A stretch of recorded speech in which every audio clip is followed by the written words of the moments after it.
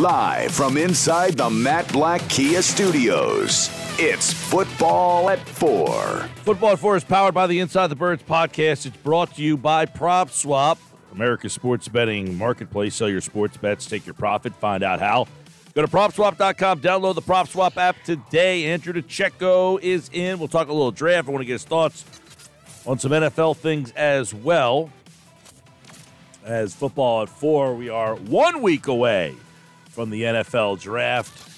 1 week, Andrew. We got a lot to discuss between now and then. What's going on, pal? Mike, how you doing, man? Always good to catch up with you as we take a look at what's happening before the draft. But before we get to the draft, I want to get your take on this Deebo Samuel stuff. And obviously, everybody in Philadelphia would be like, hey, Howie, you got to make that call.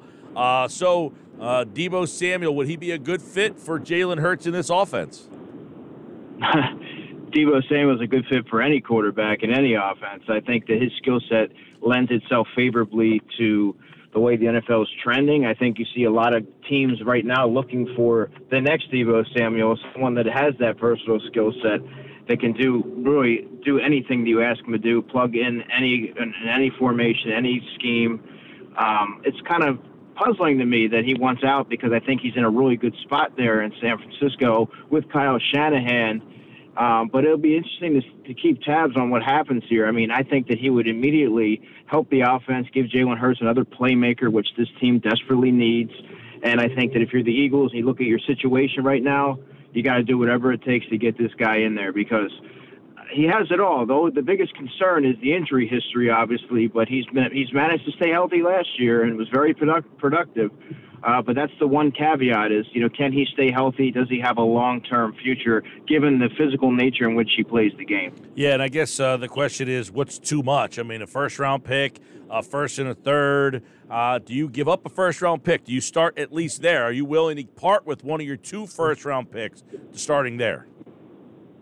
I would, yeah, because you're getting a sure thing there. You're not rolling the dice. It's not a gamble. You're getting a guy that you don't have to wait. If you're going to take a receiver, you have to wait and see how quickly they are able to absorb the playbook and get acclimated to the NFL level. So, and the Eagles right now, as we've talked about, need somebody that can step in and play right away.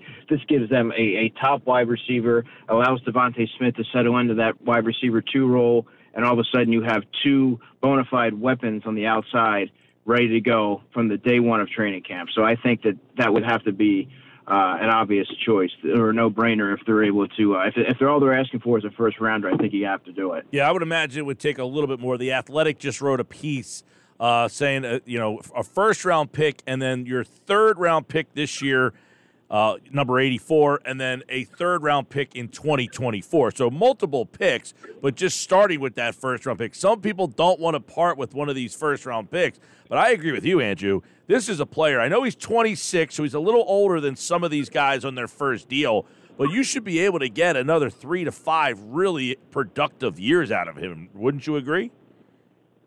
Yeah, and you look at the season that he had last year, I mean, he was unstoppable. Like, he was playing not at a good level, he was playing at an elite level.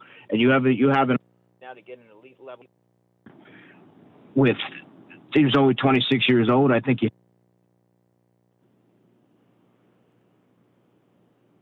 we looked like we lost. Andrew, you there? Yeah, I'm here. All right, we look like we broke up with you for a second. Yeah, the fact that he's 26 years old, you're getting a player who's still in his prime years. I guess that's the contract. You're going to have to sign him to a contract. Would you have any problem signing that? That's one of the big things is these wide receivers, the contracts that they are looking for. Is he a guy that you would pay one of these big contracts to? Well, and that's the other side of the coin. That's the dangerous part because it's a dangerous game, I should say, because he does have that long-term injury history. He plays the game extremely physical. If they use him as a running back, that even opens the door even more likely that he's going to get injured. He is 26. Last year was like the outlier of his career. He didn't have any bumps and bruises, able to play, but he did get hurt in that playoff game against Green Bay. If you remember, late in the game, yep. he left, things like that. So those are things you worry about, just the overuse and the multifaceted nature and dimensions of his game that sort of exposes him to more hits and a greater likelihood that he might not be able to play a full slate of games. Now, one of the reports from Adam Schefter indicated, because there was a lot of, you brought up an interesting point, and there's been, there were some thoughts that he doesn't like his role, meaning he doesn't want to run the ball anymore. He doesn't want to be this dual threat. He just wants to be a receiver. The quarterback there, does he prefer one over the other? Schefter essentially says he just wants to live closer to home. So I don't know how that factors into a trade if San Francisco says, hey, sorry, we couldn't find a place close enough to South Carolina. But, that's I don't know if that's surprising or not, but I think that would make things difficult for San Francisco, wouldn't it, to say, hey, I want to move closer to home. You got to trade me somewhere in the southeast. Yeah, I don't think we've ever seen anything like that. That's an interesting demand, and it puts San Francisco in a tough spot. I don't know that they're going to have any takers. It's going to get them right near South Carolina. Right. I don't know how that's going to work out. Yeah, you're looking at Jacksonville, Carolina, Atlanta. Those three teams you got to probably deal with in that case. I don't know. You can get on a flight from Philadelphia probably in about 2 hours down there, but hey, we'll see. So that's what's really on the docket with Deebo Samuel today is, I don't know. I guess the question for you would be, do you anticipate him getting traded on draft night? I think he will, but I don't know that it will be with the Eagles. I don't know that the Eagles are going to want to commit to him long term, with that sort of substantial financial commitment to a player like that with the injury history. I think that they might be a little hesitant to do so. I do think we'll get moved, though. All right, Andrew Dicecco, Football at 4 here on the Sports Bash Live, 97.3 ESPN. Howie Roseman spoke yesterday and had a couple of very intriguing things that he kind of brought to the table when you take a look at this draft class coming up. And one of them, I guess we want to start with the safety spot. We talked about wide receivers when you were here on Tuesday. Safety is where we want to kind of look at a little bit more today. But he said, he was asked, can you talk specifically about a position of need at safety?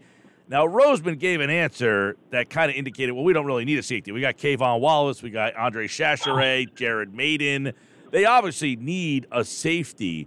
But any of those guys, Chachere, Jared Maiden, Kayvon Wallace, Marcus Epps, I mean, would you be shocked if they went into the season with one of those guys starting? If it was anybody other than Marcus Epps, I would be extremely shocked because I don't think Kayvon Wallace can play, not at the level that the Eagles think that he can. I think he's a fourth safety, a core special teams guy, but he's really showed you what he is, and he does. He also struggles to stay on the field as well, but when he has, his limitations have shown. So, I mean, Marcus Epps, I know they really like him, but I could see him starting, but I can't see Anthony Harris starting. Anthony Harris seems to me to be a one-dimensional safety at this point in his career, more of a third safety, box type of player. I think that it should be, the combination probably should be Marcus Epps and a young safety that you're taking probably in the second round. Yeah, and, some of those guys, you mentioned Brisker. Now, you saw his pro day, right? Yeah. And you left very impressed by that, right? I feel like there's a couple of interesting safety spots. As I do some more looking at this, I'm kind of intrigued by those safeties that are going to be in that 51 area. Yeah, I don't think Lewis Seen's going to be there, but you're going to have Brisker, you're going to have Petrie, the Swiss Army knife from Baylor that I think can fulfill a myriad of needs that the Eagles have. I think Brisker is more of a traditional safety. He sort of reminds me of a Malcolm Jenkins type of player. He can play the post. He can play the box. Anything you need him to do, he can do it. So he's someone that I think he really redeemed himself at his pro day, ran a 4.4 flat, as he said, looked extremely fluid in the drills, has the size, extremely proficient tackler, continued to get better each season at Penn State, and I think he offers a ton of upside. To me, I would make Brisker the pick at 51. I think there's sort of a drop-off in terms of NFL-ready guys you're going to find there at 83. I don't know that you're going to find a plug-and-play safety, which, again, the Eagles need sort of like wide receiver. But I would look at Brisker and Petrie from Baylor right at pick 51. Okay, I'll give you a couple safeties I want to get your thoughts on. Nick Cross out of Maryland. Like Nick Cross a lot. I think if they're looking to address it in the third round, he'd be the guy at 83. I like his size. I like his athleticism. I don't know that he's going to step in right away and be a starter. I think he's going to be a third safety and a special teams guy right off the bat. And he offers an immense upside. He's got the size, speed, athleticism profile that you're looking for. Still a little bit raw. I think there's areas of his game that can use a little bit more refinement, but I'm really high on Nick Cross. I just think that, unfortunately, for the situation that the Eagles are in, they can't afford to take someone that's not ready to play day one or contribute in some form or fashion. All right, let's look at your thoughts on Daxton Hill. I would imagine he's not a 51 type of player, but Right. Would they think about him at 18? 18 would be a realistic possibility. There's no chance that he's available at 51. I just think that there's too many teams that are going to be intrigued with his upside. He could even be a full-time corner for somebody easily. He has the hip fluidity, the ball skills, the football IQ to do anything you need him to do. He could add another 5-7 pounds and be a strong safety. Play tough, make some open field tackles. But he just sees the game extremely well. Good eye discipline. Like I said, I think he's someone that really rose through the draft process. I think he's going to be right around that 16, 18, 20-ish range, and a day one starter, in my opinion. All right, let's go to Cincinnati. I like this kid a lot. I want to see what you think and where he might be. Brian Cook at Cincinnati. What's his name at Cincinnati? Yeah, you're right. Brian Cook, right? Brian Cook. Yeah, you got it. Completely blank. Brian Cook. Sorry. Yeah, he's a back end tone setter, right? Big hitter, former corner. Someone that I think sometimes his eyes will get him into trouble. You worry about his long speed, but I think that there's certain, depending on the scheme that he's in, I think he can be an early impact type of player if you allow him to have some protection on the back end, because I think he can get exposed a little bit with some guys that can run. But I like his range. I like his football intelligence. I like his ability to sort of galvanize a secondary with his big hitting, and he's a smart player. So he's someone that I've been asked about a lot throughout this process, and I do like him. But again, I think I have him a little bit behind Nick Cross as far as my safety rankings go. And I don't think he's going to be, a day one plug and play starter type of player. There's a running back, James Cook, is who he's the Georgia kid. I confused Brian Cook and there's a running back at Georgia, right? James Cook. Yeah, you're right. All right, it's tough to get all these names right. So many names get tossed at you. I've been doing a lot of reading and research recently. So James Cook is a running back. Brian Cook's the safety. Kirby Joseph, Illinois. I like this kid a lot. Yeah, so do I. The only concern that you have is that he was a one-year starter. Sometimes his inexperience will show up like on tape, but I think he had like 5 interceptions last year, so he has the ball skills. There's a lot of raw ability and enticing traits that you like about him. I think if you get him in the right system, he can be someone that can step right in and give you quality snaps. Again, it's probably a third safety right away. But, I mean, I like his athletic profile. I think the game is still he's still learning the game, and things are starting to you started to see the light bulb come on for him, and I think that he's just scratching the surface of his capabilities. He's one of those guys that has a really high ceiling, and I don't think he's come close to reaching it yet. But I think he's going to be a good value pick for some team. I think he probably goes late third, early fourth. I was going to say 101 would be the spot for Eagles fans. If he's available around there. Lewis Scene's another guy from Georgia. He's probably a late first rounder. Probably not 50. Probably not getting to 51 though. Nah, he could even be one of those guys that creeps in the back end of the first round. Wouldn't surprise me at all. 6'2", 200 pounds. Plays the game extremely physical. I like his range and his sideline-to-sideline prowess. I always wonder if he needs to bulk up a little bit in order to be able to withstand the rigors of the NFL, given his playing style and his downhill mentality and approach.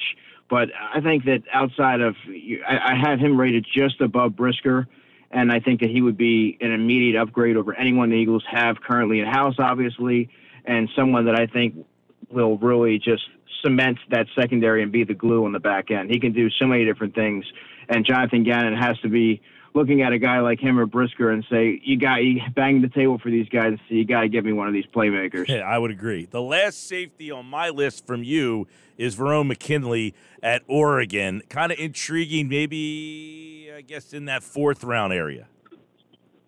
Yeah, and he was somebody that I've been asked about quite a bit early in the process, who felt a little bit more highly regarded and sort of became like a non-factor, an afterthought. And I think it's just because of his size and his lack of speed and maybe short area quickness. And there's some limitations to his game that makes you wonder if he's going to be a part-time player or just a rotational player. I don't know that he's going to be an every game star that you want back there, because there's just too many holes in his game right now. And I think it all starts with just the overall fluidity, sideline to sideline, range, speed, and all that. There's just too many question marks. Let me throw Marquise Bell in too, a local kid. Where do you have him drafted, or do you have him as an undrafted free agent? Yeah, great question. I think he goes 6 or 7, around 6 or 7. He has the size and the raw traits that I think that you're going to see a team not want to sort of, enter let him have his choice of teams. And, you might have one of those teams that just throws a lot of money at him and they're able to get him. I think if you're a team that sees what he's able to potentially become and you have the coaching staff in place, you say, let's take this guy and we'll work on everything else and he'll be a player for us down the road. But if you draft him, you have to understand that he's going to be a player that's going to be a down the road acquisition. He's not going to be an immediate impact guy. For people who know Marquise from Bridgeton, he was a Division I. He went at Maryland. He was a big-time Division I recruit. He ended up at Florida A&M. So he does have very Division I athletic traits. So he could be a very sleeperish type of player in this draft. Florida A&M is where he went. Draft day is almost here. Is there another safety I didn't ask you about that you have on your mind? Well, there was one that I like in Sterling Weatherford from Miami of Ohio. He's that hybrid type of player that the NFL, the direction the NFL is trending. And unfortunately, the Eagles need more of a back-end type of player. But I think that he would be an interesting late-round project type of player that could do a lot of what they thought that Nate Gary could do. Except I think Sterling's a lot more athletic and is a little bit more polished and refined in that regard. So he would be somebody that would be an interesting, probably 5th, 6th round guy, in my opinion. All right. We'll look at the safety class because as the question was asked to Howie Roseman yesterday, that's the safeties on their roster. Anthony Harris, Marcus Epps, and a whole bunch of question marks. So we looked at safety today. We'll get closer next week. We'll have a ton more on the prospects and how this draft could all shake out. Andrew Dicecco, Football at 4 from InsideTheBirds.com. Andrew, great talk, man. Always, man. Talk soon. Yeah, and I could I bet Smoke Monday is a safety at Auburn, and Percy Butler is at Louisiana Lafayette. You got JoJo Dominin over at Nebraska. Another guy to keep in mind, he said Sterling Weatherford. There's one more safety that's a little deeper in the draft class that you might hear something from